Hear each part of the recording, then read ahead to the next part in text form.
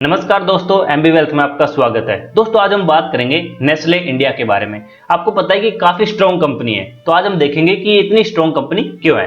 तो सबसे पहले हम बात करेंगे इसके फंडामेंटल एनालिसिस की और देखेंगे कंपनी की जो फाइनेंशियल हेल्थ है, फाइनेंशियल कंडीशन वो कितनी स्ट्रॉन्ग है। और दोस्तों उसके बाद हम बात करेंगे इसके बिजनेस एनालिसिस की और जानेंगे कि कंपनी का बिजनेस क्या है।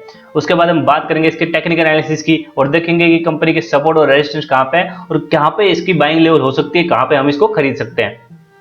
और दोस्तों उसके बाद हम बात करेंगे प्राइस फोरकास्ट की कि आने वाले 1 या 2 साल के अंदर आप इसमें इन्वेस्ट करते हो तो आपको कितना रिटर्न मिल सकता है। और दोस्तों लास्ट में हम बात करेंगे इस स्टॉक को खरीदना चाहिए या नहीं खरीदना चाहिए, अगर खरीदना चाहिए तो उसके क्या रीजंस है, अगर नहीं खरीदना चाहिए तो उसके क्या रीजंस है। और दोस्तों अगर आपने अभी तक हमारा चैनल सब्सक्राइब नहीं किया है तो प्लीज इसको जरूर सब्सक्राइब करना और साथ में बेल आइकन भी प्रेस करना, ताकि जब भी कोई नया वीडियो बनाए उसकी नोटिफिकेशन आपके पास सबसे पहले आ जाए। तो चलिए दोस्तों स्टार्ट करते हैं।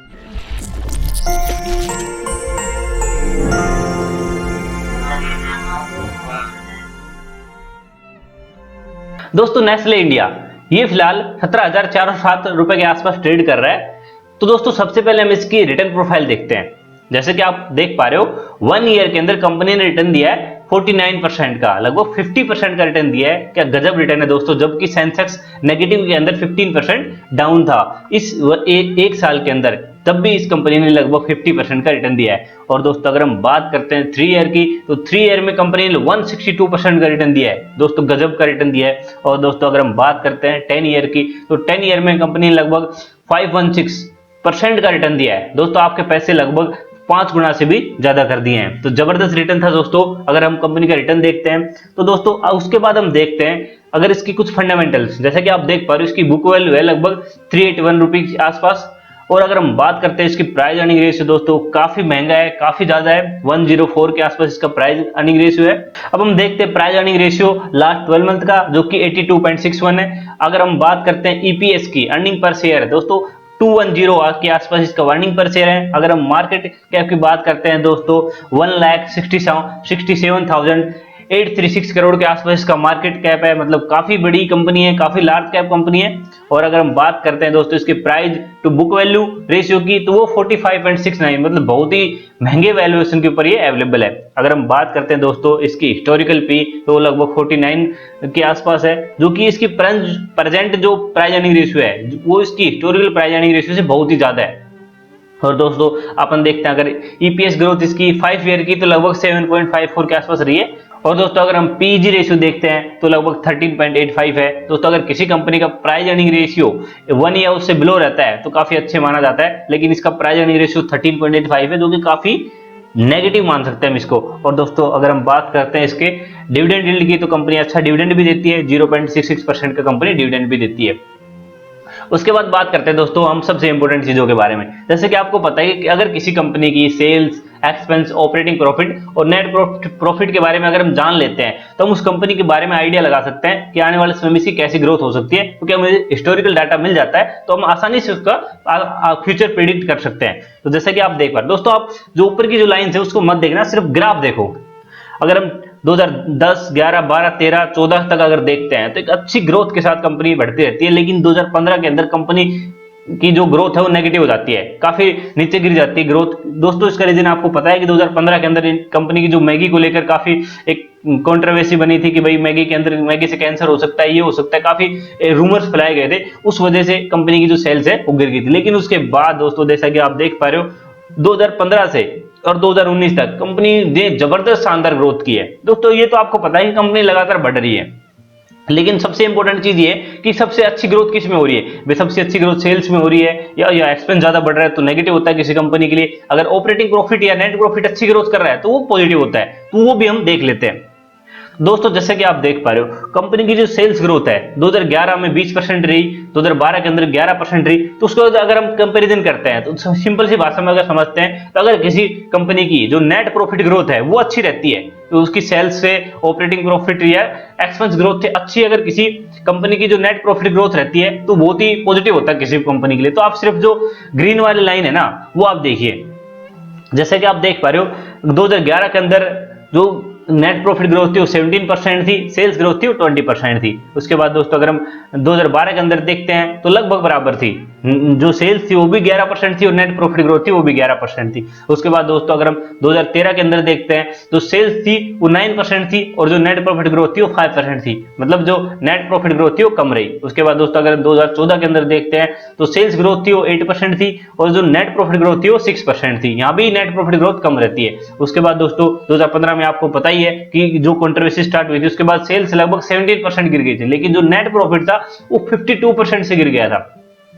लेकिन दोस्तों 2016 के अंदर कंपनी ने जबरदस्त बाउंस बैक किया और जो इसकी सेल्स थी वो 12% बढ़ी, लेकिन इसका नेट प्रॉफिट ग्रोथ है वो 78% बढ़ा। उसके बाद लगातार दोस्तों जैसे कि आप देख पा रहे हो इनका जो नेट प्रॉफिट ग्रोथ है वो सेल्स और ऑपरेटिंग एक्सपेंस ग्रोथ से सबसे ज्यादा है। जैसे कि आप देख पा रहे हो 2017 के अंदर 22% रहा, 2018 के अंदर 31% रहा और 2019 के अंदर 23% रहा। मतलब जो इनका नेट प्रॉफिट ग्रोथ है वो जबरदस्त रहा और हर साल ये इसको ग्रो कर रहे हैं, बल्कि सेल्स और जो एक्सपेंस ग्रोथ है या ऑपरेटिंग प्रॉफिट ग्रोथ है उससे भी ज्यादा इनका नेट प्रॉफिट ग्रोथ है। तो इस वजह से ये कंपनी इतनी स्ट्रांग है। ये तो अब हम बात करते हैं दोस्तों इसके जो क्वार्टरली रिजल्ट्स है, क्वार्टरली जो इसका एनालिसिस करते हैं कि सेल्स, एक्सपेंस, ऑपरेटिंग प्रॉफिट और नेट प्रॉफिट कितना रहता है। तो दोस्तों जैसा कि आप देख पा रहे हो ग्राफ के अंदर कि इसका जो लगातार तो नहीं हो रहा कि कंटिन्यूअस बढ़ रहा है, कभी डाउन हो रहा है कभी अप हो रहा है, तो इतना अच्छा इसका जो क्वार्टरली रिजल्ट रहता नहीं है। लेकिन आप अगर इसका एनुअली रिजल्ट देखते हैं तो काफी अच्छा, जो एक लास्ट में कंक्लूजन निकल के आता है वो काफी अच्छा रहता है। लेकिन अगर आप इसका क्वार्टरली रिजल्ट देखते हो तो इतना अच्छा नहीं है। हाँ अच्छा ग्रो कर रहा है लेकिन एकदम लगातार ग्रोथ नहीं कर रहा, जैसा इन्होंने अपने जो एनुअल इनका रिजल्ट आता है उसके अंदर दिखाते हैं, ऐसा इन्होंने क्वार्टरली रिजल्ट के अंदर नहीं दिखा रहा। क्योंकि अगर बढ़िया ग्रोथ रहती तो इस लाइन के लगातार जो इनके पिलर्स है वो टच होते रहते तो जो अच्छी ग्रोथ रहती। लेकिन यहाँ पे देख पा रहे हो आप कि काफी पिलर्स इसको टच नहीं कर रहे, तो ये थोड़ा सा मतलब वीक पॉइंट मान सकते हो कंपनी का, थोड़ा सा, बस ज्यादा नहीं मान सकते क्योंकि कंपनी अपनी जो नेट प्रॉफिट भी अच्छा कर रही है और सेल्स भी अच्छी ग्रोथ कर रही है। उसके बाद अगर हम बात करते हैं दोस्तों इसके डेब्ट टू इक्विटी रेशियो, जैसे कि आप देख पा रहे हो कंपनी के ऊपर कर्जा बिल्कुल भी नहीं है, सिर्फ 0.01% का कर्जा है। जो इनका डेब्ट इक्विटी रेशियो है, जो उनका डेब्ट इक्विटी रेशियो है 0.01, जो कि बहुत ही अच्छा रेशियो माना जाएगा किसी भी कंपनी के लिए, क्योंकि कंपनी के ऊपर कर्जा बिल्कुल भी नहीं है। उसके बाद दोस्तों अगर हम बात करते हैं इसके करंट रेशियोज की, तो करंट रेशियो तो आपको पता है करंट एसेट अपन करंट लायबिलिटी, दोस्तों वो भी अच्छा है। जैसे कि आप देख पा रहे हो कंपनी लगातार अपने करंट जो रेशियो उसको इंप्रूव कर रही है। इसका मतलब दोस्तों ये है कि कंपनी के जो करंट एसेट है वो स्ट्रॉन्ग होते जा रहे हैं और करंट लायबिलिटीज है वो वीक होती जा रही है। अगर हम बात करते हैं करंट रेशियो की तो करंट रेशियो है 2.55, जो कि काफी अच्छा रेशियो है। उसके बाद दोस्तों अगर हम बात करते हैं इसके नेट प्रॉफिट मार्जिन की, तो दोस्तों कंपनी का नेट प्रॉफिट मार्जिन भी काफी बेहतरीन है, लगभग 15.89% का मार्जिन है। मतलब अगर आप 100 रुपए की सेल्स करते हो तो आप लास्ट में 16 रुपए बचा सकते हो, ये काफी अच्छी है। उसके बाद दोस्तों नीचे अगर हम देख पा रहे हैं इंटरेस्ट कवरेज रेशियो, दोस्तों होता है earning before interest and tax upon interest. दोस्तों आप जैसा कि आपको पता है कंपनी के ऊपर ज्यादा कर्जा है नहीं, तो यहाँ पे अपना जो इंटरेस्ट कवरेज रेशियो काफी अच्छा है 22.70। उसके बाद दोस्तों अगर हम बात करते हैं इसकी नेट कैश फ्लो कि कंपनी के पास नेट कैश फ्लो कितना है, जैसा कि आप देख पा रहे हो कंपनी के पास लगभग 3 साल ये ऐसे हुआ है जब कंपनी के पास नेगेटिव में कैश फ्लो रहा है, 2011 के अंदर, 2014 के अंदर और 2019 के अंदर। 2019 के अंदर तो काफी नेगेटिव में चला गया दोस्तों इनका नेट कैश फ्लो, लगभग 1223 करोड़ के इनके पास नेट कैश फ्लो है नेगेटिव के अंदर। तो ये थोड़ा सा नेगेटिव जो मान सकते हो कंपनी के लिए। उसके बाद दोस्तों हम देख लेते हैं इसका शेयर होल्डिंग पैटर्न। जैसा कि आप देख पा रहे दोस्तों प्रमोटर्स, मतलब प्रमोटर के पास कोई होल्डिंग नहीं, लेकिन दोस्तों ऐसा नहीं है। जो अदर डीआई आप नीचे देख पा रहे हो वो प्रमोटर्स ही हैं, क्योंकि इनके जो प्रमोटर्स है वो फॉरेनर है, क्योंकि ये एक नेस्ले जो वर्ल्ड वाइड कंपनी है उसकी एक सबडेरीज कंपनी है इंडिया के अंदर, नेस्ले इंडिया। उसके बाद दोस्तों अगर हम बात करते हैं एफआईआईज की, लगभग 792 एफआईआईज ने 11.81% का स्टेक इसके अंदर ले रखा है। और दोस्तों अगर हम बात करते हैं म्यूचुअल फंड की, तो लगभग 49 स्कीम ने 4.19% का स्टेक इसके अंदर ले रखा है। और दोस्तों अगर हम बात करते हैं एनआईआई, नॉन इंस्टीट्यूशनल इन्वेस्टर के बारे में, जैसे कि आपको पता है कि इसके अंदर सभी आ जाते हैं, जो छोटे मोटे रिटेल इन्वेस्टर हैं वो भी आ जाते हैं और जो एनआईआई हैं वो भी आ जाते हैं। तो उनके पास है लगभग 16.24% की होल्डिंग है। और सबसे खुशी की बात ये दोस्तों इन्होंने भी अपनी स्टेक बढ़ाई है। दोस्तों अब हम बात करते हैं इसके बिजनेस एनालिसिस की। तो जैसे कि आप देख पा रहे हो कंपनी के बिजनेस हैं ब्रेवरेज, नेशनल ब्रेकफास्ट, उसके बाद चॉकलेट, उसके बाद डेयरी, न्यूट्रिशन, फूड, ठीक है, वेंडिंग एंड फूड सर्विसेज। मतलब काफी अच्छी इसकी जो बिजनेस है वो काफी सेक्टर के अंदर ग्रो कर रहा है, काफी अच्छे सेक्टर है, जैसे न्यूट्रिशन हो गया, डेयरी के अंदर भी है, फूड के अंदर भी है, वो तो ये काफी अच्छी ब्रेवरेज के अंदर भी है। तो काफी एक अच्छा जो बिजनेस मॉडल मान सकते हैं वो उसको हम कह सकते हैं कि काफी अच्छे से कंपनी ने अपना जो बिजनेस है उसको मेंटेन किया है। दोस्तों अगर हम देखते हैं ब्रेवरेज की, तो इसकी ब्रांड है कुछ जैसे कि आप देख पा रहे हो, नेस्कैफे है कॉफी के अंदर, टी के अंदर भी है नेस्टी। तो ये काफी अच्छी ब्रांड है, जानी मानी ब्रांड है, अगर आप किसी बड़े स्टोर में जाते हो तो आपको ये मिल जाएंगी। उसके बाद दोस्तों अगर हम देखते हैं नेस्ले ब्रेकफास्ट की, तो जैसा कि आप देख पा रहे हो ये भी इसकी काफी अच्छी ब्रांड है, जो कि काफी, अगर आप देखे होंगे आपने, अगर नहीं देखे होंगे आप मुझे कमेंट करके बताना कि किसने देखी है ये ब्रांड और किसने नहीं देखी। और दोस्तों उसके बाद बात करते हैं चॉकलेट्स की, तो इसको चॉकलेट तो आप इनकी जानते होंगे, सबसे फेवरेट किटकैट, मुंच, मिल्क बार, तो मिल्की बार जो कि काफी अच्छी इनकी ब्रांड है, आपने कभी ना जरूर इसको टेस्ट किया होगा, तो एक बेहतरीन ब्रांड है इनकी चॉकलेट के अंदर। उसके बाद दोस्तों अगर हम बात करते हैं डेयरी के अंदर, तो दोस्तों डेयरी के अंदर भी इसके काफी अच्छे प्रोडक्ट हैं, जैसे कि आप देख पा रहे हो स्क्रीन पे।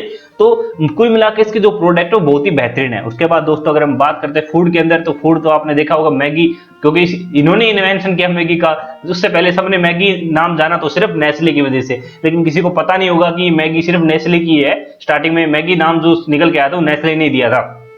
अभी तो काफी मैगी आ गई, उनके अलग अलग नाम है, लेकिन लोग उसको बोलते मैगी है। तो ये मैगी नाम यहाँ से नेस्ले ने नहीं निकाला था, लेकिन ये काफी अच्छा प्रोडक्ट है इनका दोस्तों। जैसा कि पास्ता भी देख पा रहे हो, काफी अच्छी प्रोडक्ट है, सिर्फ मैगी नहीं है, उसके अलावा भी काफी अच्छे प्रोडक्ट है जो कंपनी बेचती है फूड के अंदर।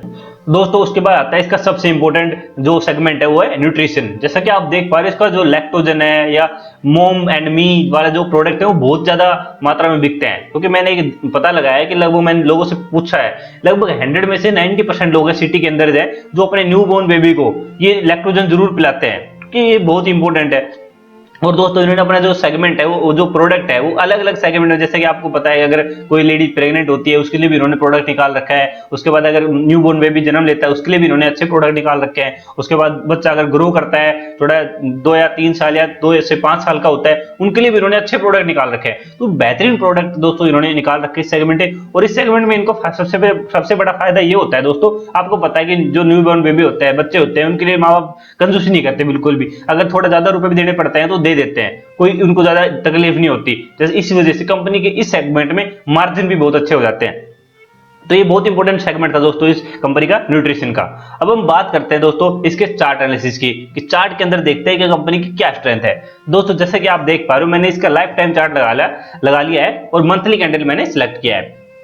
तो जैसे कि आप देख पा रहे हो ये लगभग स्टार्ट हुआ था 2400 के आसपास, ये अपना स्टार्ट करता है, लिस्टिंग होती है। उसके बाद दोस्तों जैसे कि आप देख पा रहे हो कंपनी ने अपना हाई बनाता है, लगातार ग्रोथ किया है वहां से, लगभग 7505 के आसपास कंपनी ने अपना हाई बनाता है। उसके बाद दोस्तों आपको पता है कि कंपनी के अंदर ये जो रूमर्स चल गए थे कि मैगी से ये होता है, मैगी से वो होता है, तो कंपनी जैसा कि आप देख पा रहे हो इसकी जो फाइनेंशियल हेल्थ देख पा रहे हो, फाइनेंशियल कंडीशन जो देख पा रहे हो, वैसा ही इस चार्ट के ऊपर भी देख पा रहे हो। ये कंपनी की सबसे बड़ी स्ट्रेंथ है कि आप जो फाइनेंशियल इसकी जो फाइनेंशियल ईयर के अंदर जो देख पा रहे हो कंपनी को कितना डिक्रीज हुआ है ग्रोथ, वहां डिक्रीज हुआ तो यहाँ पे भी इसका प्राइस डिक्रीज हो गया। ये किसी भी कंपनी के लिए बहुत अच्छी बात होता है कि कंपनी अपने जो रिजल्ट है, फाइनेंशियल ईयर के रिजल्ट है, उसके हिसाब से ग्रो करता है।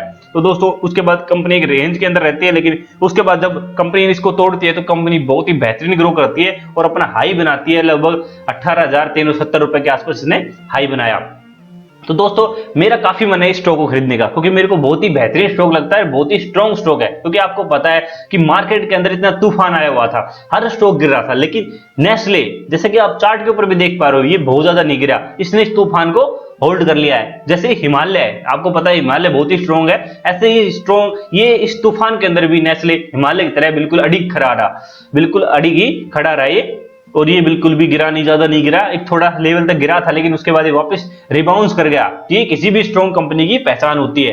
दोस्तों मैं भी इसको खरीदना चाहता हूं, लेकिन प्राइस इसका बहुत ही ज्यादा है, 18,370 बहुत ही महंगे वैल्यूएशन के ऊपर अवेलेबल है दोस्तों। अगर मैं इसको खरीदूंगा, क्योंकि मैंने इसका जीटीटी लगा रखा था लगभग 11,500 के आसपास, लेकिन ये उसके आसपास आया नहीं और मेरे को मेरा ऑर्डर मिला नहीं। लेकिन अगर ये 11,500 के आसपास आता है तो दोस्तों मैं इसमें अच्छी बाइंग करूंगा, ये मेरा आपसे वादा है। और आप भी इसको खरीद सकते हो, क्योंकि काफी बेहतरीन कंपनी है ये।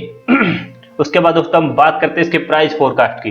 दोस्तों प्राइस फोरकास्ट इसका बहुत ज्यादा अच्छा है नहीं, जैसे कि आप देख पा रहे हो। अगर आप इसमें इन्वेस्ट करते हो फिलहाल, तो अगर ये अपना लो रिटर्न देता है तो लगभग 10,000 से 16 के आसपास जा सकता है, मतलब आपके पैसे नेगेटिव में जा सकते हैं। अगर मीडियम रिटर्न देता है तो -5.21% का रिटर्न दे सकता है, लगभग 16,500 तक जा सकता है। और अगर हाई रिटर्न देता है तो 21,000 तक ये जा सकता है इसका प्राइस, और ये 20% का रिटर्न दे सकता है। तो दोस्तों जैसे कि आप देख पा रहे हो, अगर ये लो देखते हो तो 10,616 के आसपास ये जा सकता है, क्योंकि ये प्राइस फोरकास्ट काफी एनालिस्ट बनाते हैं। जैसे कि मैंने आपको बताया कि टिकट ऐप के ऊपर अवेलेबल है, लेकिन एक पेड का सब्सक्राइबर के लिए ये सिर्फ उसी के लिए अवेलेबल जो सब पेड सब्सक्राइबर है उसका। तो मैंने उसका पेड सब्सक्रिप्शन ले रखा है, इसलिए मैं देख पाता हूँ और आपको भी बता पाता हूँ। दोस्तों जैसे कि आपको पता है, मैंने बताया चार्ट के अंदर किसके अंदर मैं 11,500 के आसपास बाइंग कर सकता हूं, और ये प्राइस फोरकास्ट भी यही बता रहा है कि 10,016 के आसपास जा सकता है। तो अपने लिए एक अच्छी अपॉर्चुनिटी है, अगर इस प्राइस के ऊपर जाए तो अपने को खरीद लेना चाहिए। और दोस्तों अगर हम बात करते हैं अब कि इसको खरीदना चाहिए नहीं खरीदना चाहिए, तो दोस्तों मैं इसको बिल्कुल आपको रिकमेंड करूंगा कि आप इसको जरूर खरीदें, लेकिन प्राइस याद रखना, प्राइस 11,500 से ऊपर इसको मत खरीदना। अगर उसके नीचे आए तो आप इसको खरीद सकते हो। तो दोस्तों वीडियो आपको कैसा लगा? अगर वीडियो आपको अच्छा लगा तो प्लीज उसको लाइक करना, सब्सक्राइब करना बिल्कुल भी मत भूलना। Thank you for watching.